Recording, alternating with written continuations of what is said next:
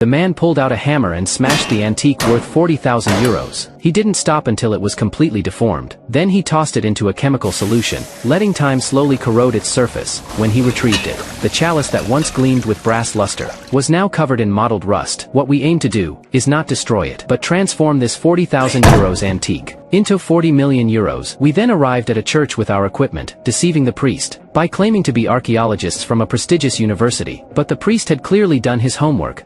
¿Les he buscado en internet?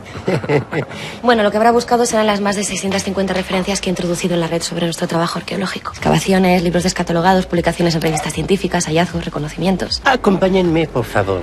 Con placer. I pulled out an ancient parchment. Pointing to the inscriptions, I explained this church was referenced in numerous historical texts. Evidence piled up before him. The priest was utterly dumbfounded. He couldn't fathom it. How could a church built in the 12th century appear in 5th century documents? De ser ciertas nuestras investigaciones, la iglesia más antigua de París no sería la abadía de Saint-Germain-des-Prés, sino la que tiene usted aquí, debajo. ¿Y qué pasa si a un cura, enamorado de su iglesia, le dicen que podría tener un tesoro de valor incalculable bajo los pies? Pues que se pone cachondo como un perro.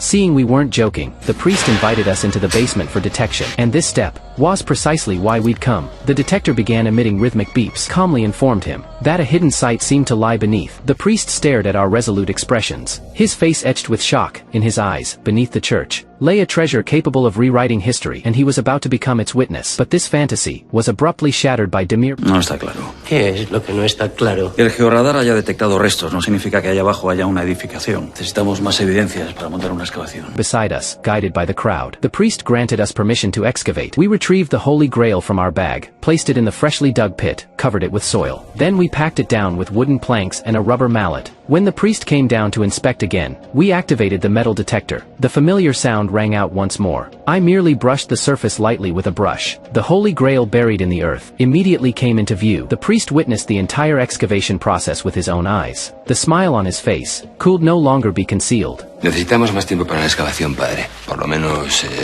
3 semanas. Y traer maquinaria. Voy a solicitar un vado para que aparquen las furgonetas. And this was our true objective, for beneath the church lay a secret passageway, leading directly to Paris's catacombs. Our task was simple: clear this passage. Through the hidden tunnel, we would infiltrate Paris's most heavily guarded auction house. A grand auction was about to commence there. All the jewels would be stored in the vault, and our target, there was only one. That collection of jewels worth 40 million.